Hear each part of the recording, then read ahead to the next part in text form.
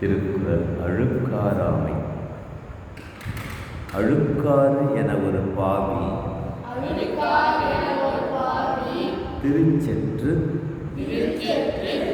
தீயுழில் உய்த்துவிடும்.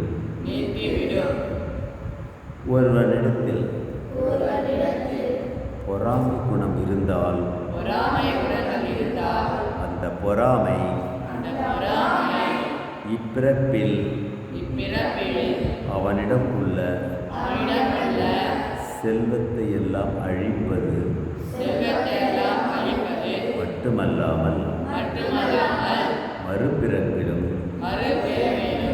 நரகத்திலும் கொண்டு போய் சேர்த்துவிடும்.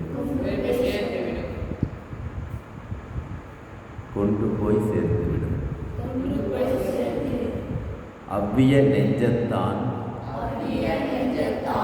ஆக்கமும் செவ்வியான் கேடும் நினைக்கப்படும்.